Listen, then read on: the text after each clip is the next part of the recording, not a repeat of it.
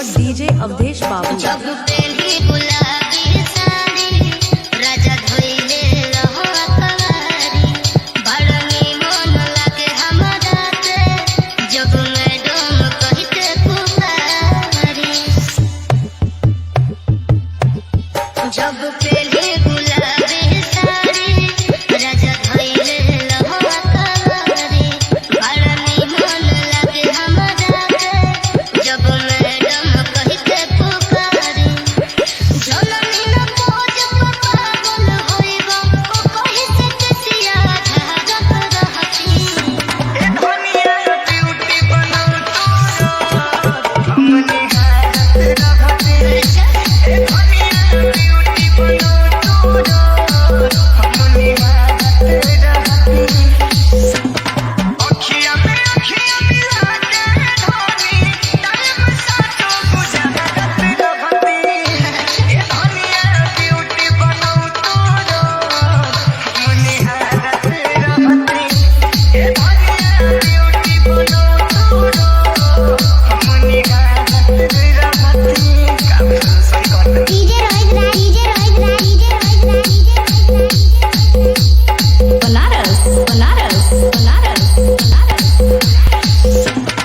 अजरा लगाइले सब पजरा बुलाइले एही से काले काले बाल में हम गजरा सजाइले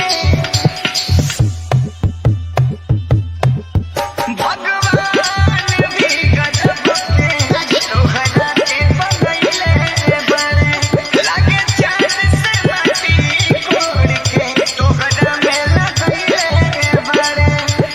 रोहित के पापा तो बिंदिया लगैतिले के माथे पर साड़ी सोई भारत रहती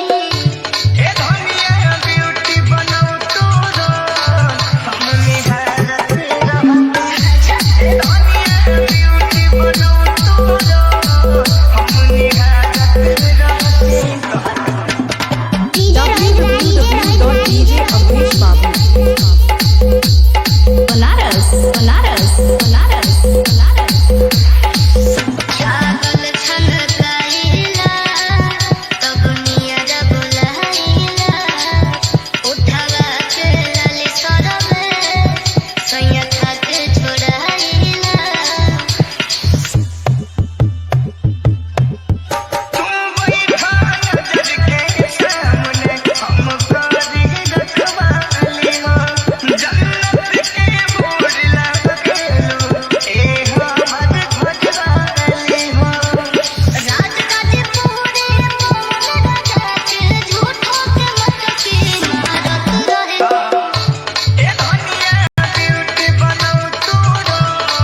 हमनी हालत रहते ए धनिया ब्यूटी बनो तोरो हमनी हालत रहते www.djavdeshbabu